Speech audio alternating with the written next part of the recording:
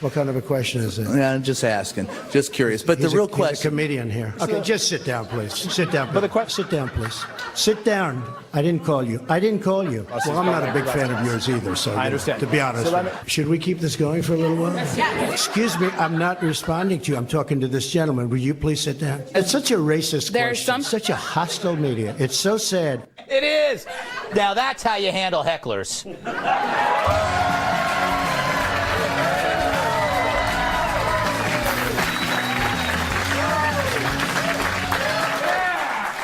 Tonight, the election aftermath. Distraught over losing the House, conservatives expressed their rage all over the country.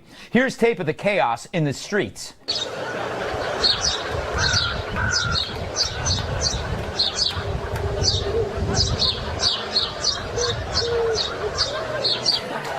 It didn't end there. Malls and shopping centers became targets of our wrath.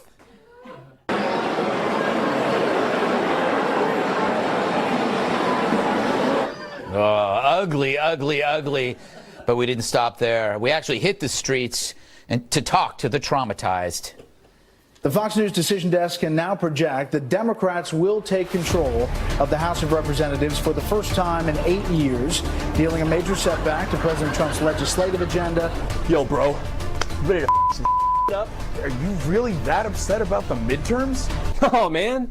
Softball season's right around the corner. We got to hit the batting cages. Oh, all right.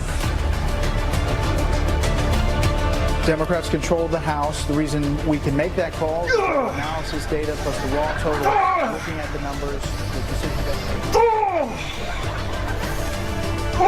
Shalou, did you hear about the midterms? Oh, no, but I just curled 50 in a row. Awesome job, bro. It is a very, very big deal. I think of Nancy Pelosi. I want to die! My hair like black or brown maybe, something new for the fall. Giving fresh hope to liberals who want to investigate, possibly even impeach. We lost the House. No, we didn't. It's right there on Miss Piggy's dressing room. You're right. Muppet Monopoly is the best.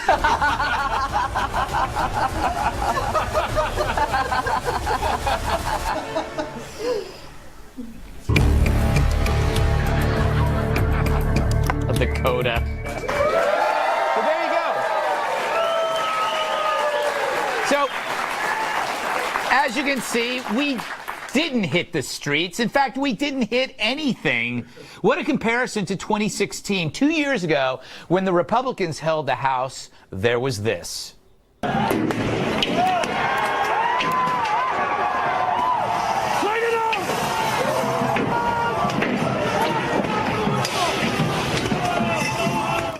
And now on Wednesday, when we lose, there's this.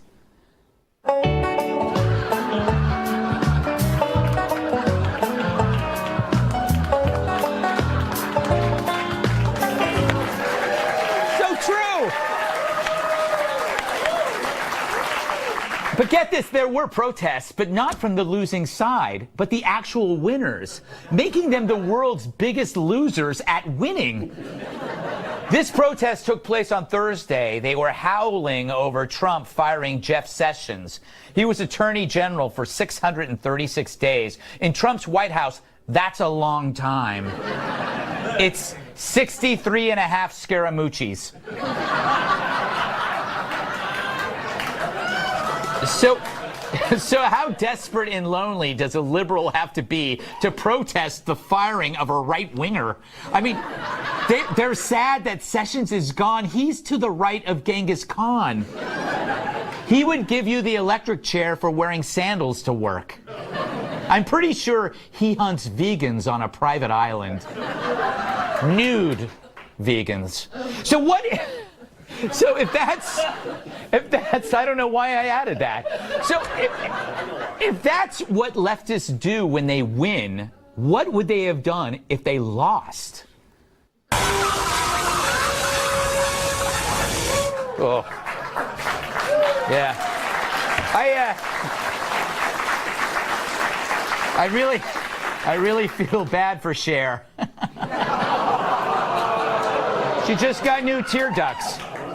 So, It really is a lesson about losing and winning. And it's lost on life's true losers, the left. They can't stand to win. That would mean they couldn't whine. Here's the chairman of the Democratic Party being told he's won the House, but not the Senate. What is it?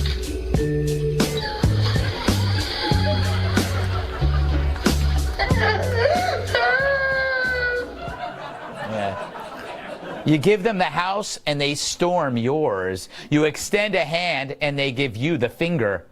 But for us, it's just another day. We actually have lives. You know, when I first heard that the Dems won, it hurt. I had no choice but to do this.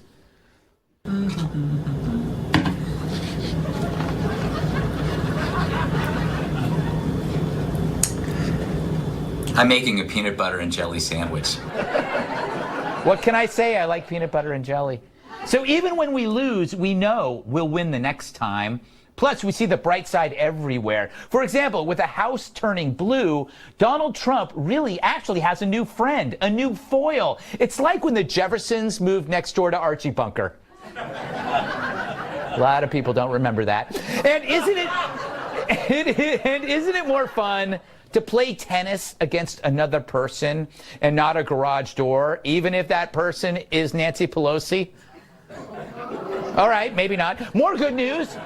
3 leaders of the Kavanaugh witch trials got booted. That's a great message.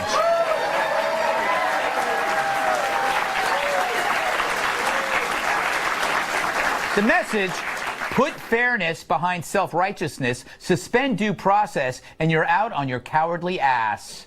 I hope their next job is serving beer. I love beer. Finally, the other silver lining, the most beloved progressive of all lost, Beto.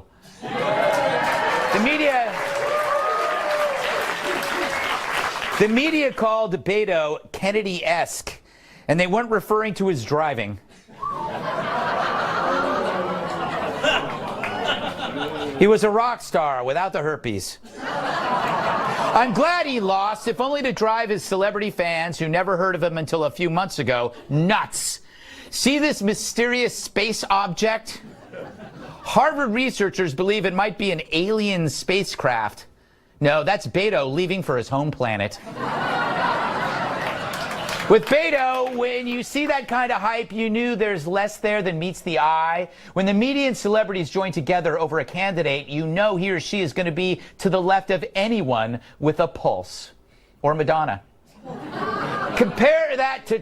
Whoa, I insult Madonna and you're...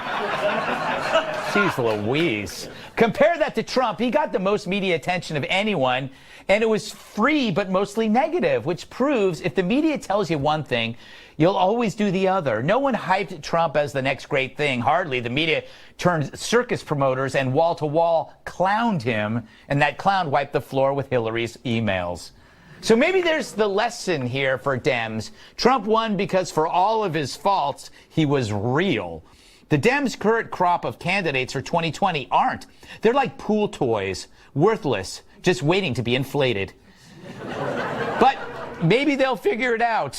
My suggestion, go for the exciting voices of your party.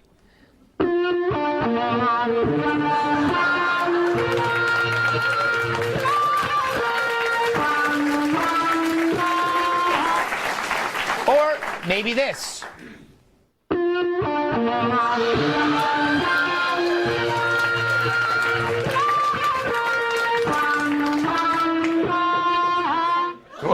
Or perhaps this.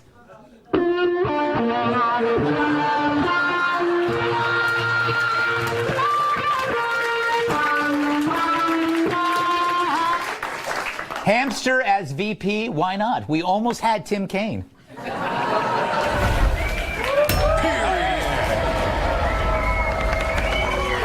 Let's welcome tonight's guest. He's so sharp. He is so sharp, he can poke holes in water. That's TV writer and producer Rob Long. First-time guest. He's so patriotic, he once dated the Statue of Liberty. Author of Spygate, the attempted sabotage of Donald J. Trump. Former Secret Service agent Dan Bongino.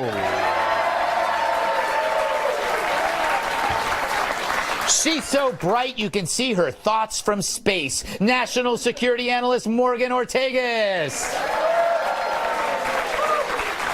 And unlike the Democrats, he could literally flip a house. Former WWE superstar, massive sidekick Tyrus.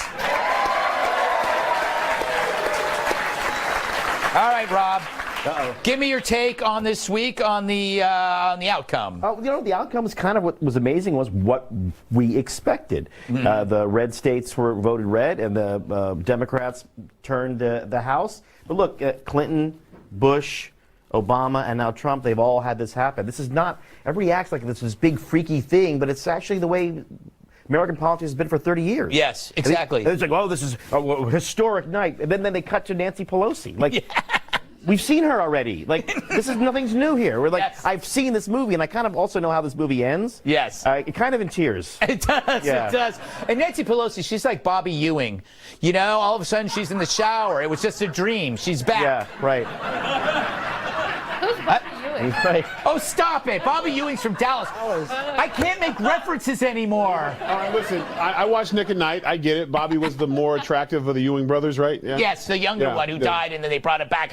We're getting off track here, Dan. Welcome to the show. Yeah, man. Dan, Democrats, are they the worst losers and the worst winners in history? Yeah, it was really horrible about this. I mean, listen, the split decision, everything was great for like talking heads like me. Great for business. It was awesome. But the reality is it was horrible for America because there's no clear front runner for 2020 that emerged. So we're going to have to deal with this nonsense. And the fact that nobody kicked the other party's ass in this thing is the fact that now everybody on both sides has to make the case. So for the next 2 years, it's going to be like, no, we won because we won the Senate and the governorships, and then we won. It's like you'd almost like a definitive outcome just to shut up for a little while. Right. But it's great for business guys. Yeah, no, you're right. In fact, ambiguity is awesome because we can sit here and scream about it forever. Morgan, what did you make of it? I'm just really happy that Florida screwed up again. Yeah. I mean, like, where would we be if we weren't dealing with another Florida is like your crazy cousin that shows up at Thanksgiving and decides to ride the lawnmower into the lake.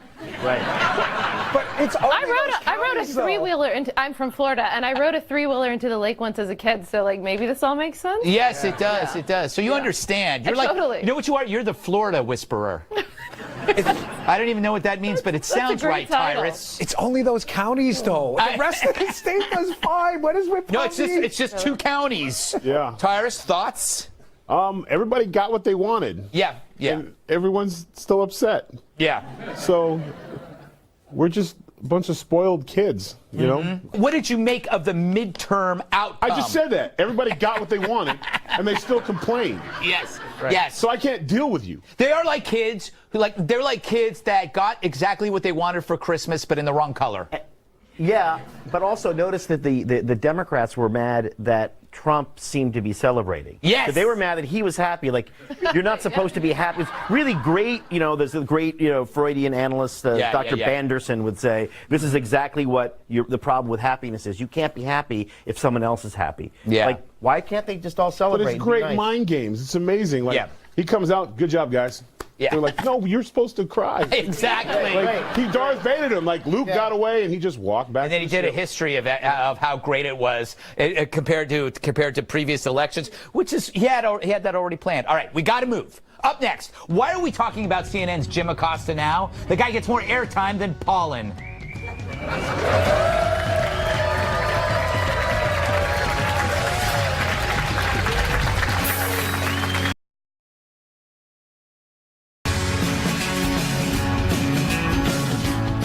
He was told to take a hike for not giving up the mic. The White House suspended the credentials of CNN's Jim Acosta after this went down.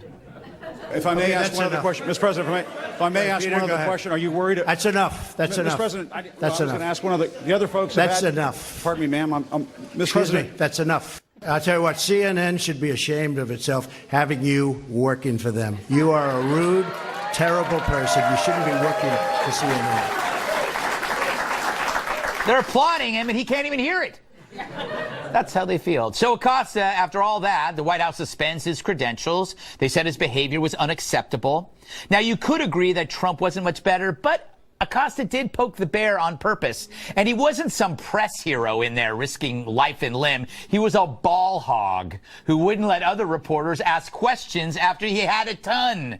And when those reporters finally did get to ask questions, guess what? Trump gave it to them like he did to Acosta. But you know who else Trump gave it to? Republican candidates who lost.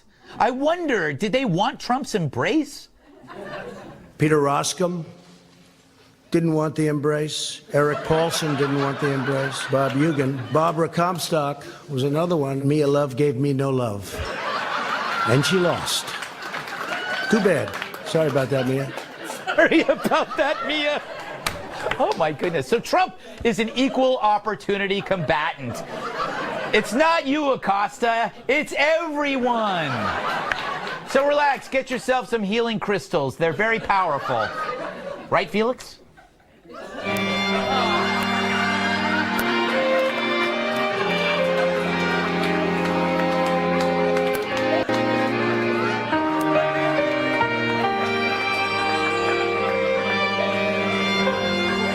Yeah, you know he's a Republican. All right, Dan, journalists aren't supposed to be part of the story. But as you said on the 5 yesterday, Acosta always is. Acosta, the only breaking news stories with Acosta are about Acosta. He never breaks an actual news story. But the best part of that clip is Peter Alexander next trying to defend him, and Trump goes, yeah, I'm no big fan of you either, buddy. But here's what the media constantly screws up with Trump, right? I'm a Queens kid. I grew up in Queens, right? Yeah. We don't have the money of the Manhattan kids, right? So we don't have the prestige. Right. But we're never assumed to be tough like the Brooklyn and the Bronx kids. So Trump's a Queens kid. You always have to, like, everything's big and hyperbolic, and everything's tremendous and huge. The media just will never get this guy, but if anyone in this audience is from Queens, you know exactly what I'm talking about. That's Donald Trump. Yeah. Morgan, apparently we have a lot of people from Queens in our audience. What do you think that banning Acosta was a good idea? They didn't really ban him. They just yanked a hard pass. Let me tell you who I don't feel bad for Acosta, but I'll tell you who I feel bad in this scenario. That poor intern. Oh, yeah. I mean, a poor girl, you know, it's like you're in college, or like you're so excited, you get to go to the White House and be an intern, and now she's, you know, a viral intern at. Yeah. But look at it this way. That's the intern story under Trump. There, Go ahead.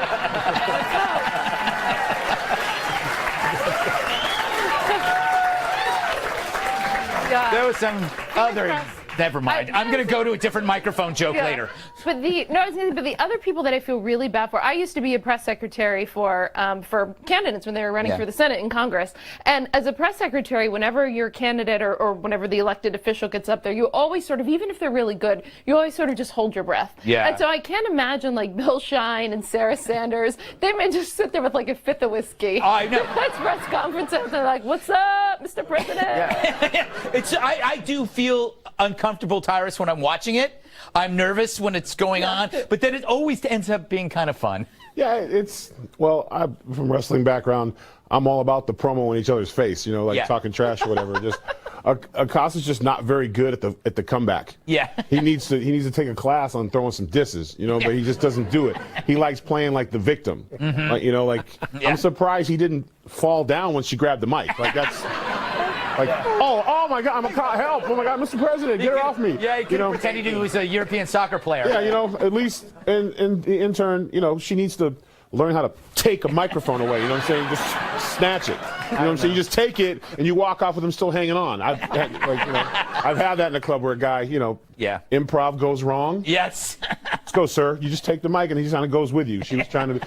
It was a lot of this. Yeah. Just snatch that thing. Physical difference between her and you, though. But if confidence is confidence. You snatch that thing. All right. I got a 4-year-old. What remote? What? Because she's confident. What? Be confident. Take the mic. Rob? I don't know. In her defense, it is the most dangerous place to be between two egomaniacs and one microphone. It's like being next to two angry chimps with one banana. It's like, I don't.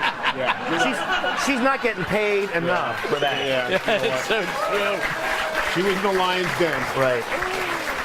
Could have lost a finger. Should we end there on a? Well, you want to end on a laugh. Yeah, I know. That's how it I was works. saying. I Show was going to business. ask you, but I don't.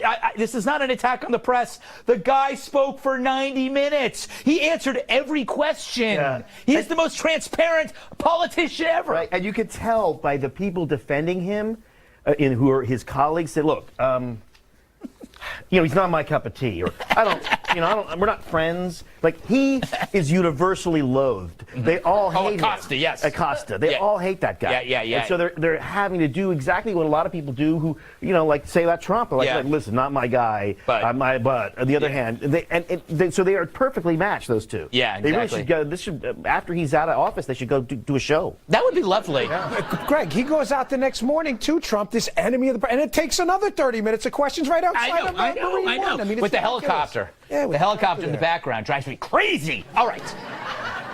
That's why I sold mine. It's the election story that no one covered until now. We'll make that 3 minutes from now. And don't forget, I'll be doing 2 live shows next month called the Gutfeld Monologues live. Better figure out what I'm saying. In Grand Rapids, Michigan, and San Antonio, Texas. Plus a special guest, Mr. Tom Shalhoub. Tickets for both shows are still available, but not much. Go to ggutfeld.com for info.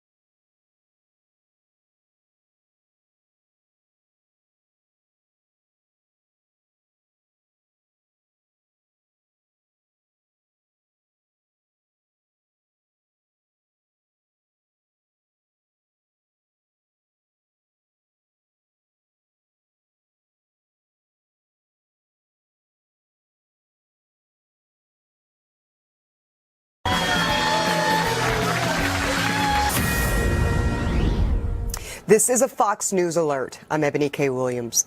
3 massive wildfires are raging across California, killing at least 25 people. 23 people died in the so-called Camp Fire in Paradise, and dozens are still missing. The flames have devastated the Northern California town, with about 90% of the homes destroyed. The blaze is 20% contained. 2 people died from the Southern California wildfires as well. Thousand Oaks, already reeling from a deadly shooting rampage, is also in the line of the deadly flames. An autopsy found that the gunman died from a self-inflicted gunshot. Investigators say 28-year-old David Long killed 12 people at a country music bar before turning the gun on himself. Authors are still searching for a motive. The former Marine may have been targeting an ex-girlfriend. I'm Ebony K. Williams. Now back to the Greg Gutfeld Show.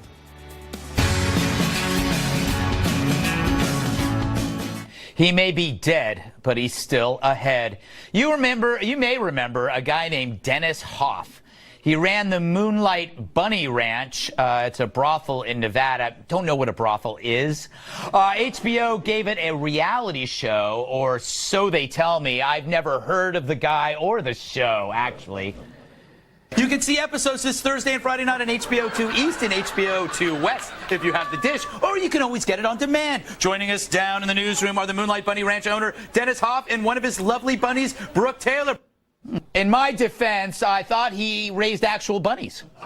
Anyway, on Tuesday, Dennis Hoff won a seat in the Nevada legislature as a Republican. Landslide, 70% of the vote. Even though, and here's where it gets interesting, Dennis Hoff died last month. After a weekend of partying for his 72nd birthday. And by partying, I mean sleeping with hookers. Apparently, his turgid torso was discovered by has-been porn star Ron Jeremy. I have never heard of him either. And Ron Jeremy, porn star legend, he screwed more people than the IRS. Well, almost. Who keeps finding these clips? So now Republicans have to pick someone else to fill the Dennis Hof seat. I know who I'd pick. That always makes me happy. Oh my God!